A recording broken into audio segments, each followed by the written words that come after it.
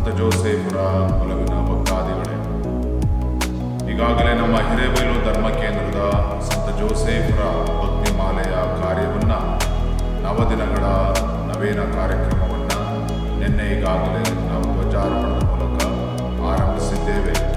ಈ ನವದಿನಗಳಲ್ಲಿ ವಿಶೇಷವಾಗಿ ನಿಮ್ಮೆಲ್ಲರ ಕೋರಿಕೆ, ಬೇಡಿಕೆ, ಉದ್ದೇಶಗಳಿಗಾಗಿ ಪ್ರಾರ್ಥಿಸಲಾಗುತ್ತಾ ಇದೆ. ಈ ನವದಿನಗಳು ನಮ್ಮ ಧರ್ಮ ಕೇಂದ್ರಕ್ಕೆ, ನಮ್ಮ ಧರ್ಮ ಕೇಂದ್ರದ ಕುಟುಂಬಗಳಿಗೆ, ಸದಸ್ಯರುಗಳಿಗೆ, ಸಮುದಾಯಗಳಿಗೆ ಆಶೀರ್ವಾದದ ದಿನವಾಗಿ ಮಾರ್ಪಡಲಿ ಎಂದು ನಾನು ಹಾರೈಸುತ್ತೇನೆ. ಆಧ್ಯಾತ್ಮಿಕತೆಯಲ್ಲಿ ನಾವು ಆಳವಾಗಿ ಬೆಳೆಯಲು ಹಾಗೂ ಸಂತ ಜೋಸೇಫರ ಒಲವಿನ ಮಧ್ಯಸ್ಥಿಕೆಯನ್ನು ಕೋರುತ್ತಾ ಹೆಚ್ಚು ಹೆಚ್ಚು ವಿಶ್ವಾಸದಲ್ಲಿ ದೃಢವಾಗಿ ಸನ್ಮಾರ್ಗದಲ್ಲಿ ಮುಂದೆ ಸಾಗಲು ಈ ನವದಿನಗಳ ಧಾರ್ಮಿಕ ವಿಧಿವಿಧಾನಗಳು, ಪ್ರಾರ್ಥನೆಗಳು ನಮ್ಮ ಕುಟುಂಬಗಳಿಗೆ ಮತ್ತು ನಮಗೆಲ್ಲರಿಗೆ ಹೆಚ್ಚಿನ ಪ್ರೇರಣೆ ಮತ್ತು ಪೋಷಣೆಯನ್ನು ನೀಡಲಿ.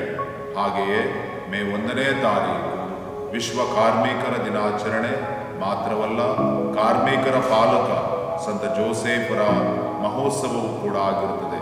ನಮ್ಮ ಧರ್ಮ ಕೇಂದ್ರದ 81ನೆಯ ವಾರ್ಷಿಕ ಸವಿಸ್ಮರಣೋತ್ಸವವನ್ನು ನಾವು ಆಚರಿಸಲಿಕ್ಕೆ ಹೋಗ್ತಾ ಇದ್ದೇವೆ. ಈ ಶುಭ ಕಾರ್ಯಕ್ಕೆ ಹಾಗೂ ಈ ಮಹೋತ್ಸವಕ್ಕೆ ನಿಮಗೆಲ್ಲರಿಗೂ ಧರ್ಮ ಕೇಂದ್ರದ ಪರವಾಗಿ ಧರ್ಮಗುರುಗಳಾದ ನಾನು ಫಾದರ್ ಡೇವಿಡ್ ಪ್ರಕಾಶ್ ಹೃತ್ಪೂರ್ವಕ ಸ್ವಾಗತವನ್ನು, ಸುಸ್ವಾಗತವನ್ನು, ಶುಭ ಸ್ವಾಗತವನ್ನು ಹಾರೈಸುತ್ತೇನೆ.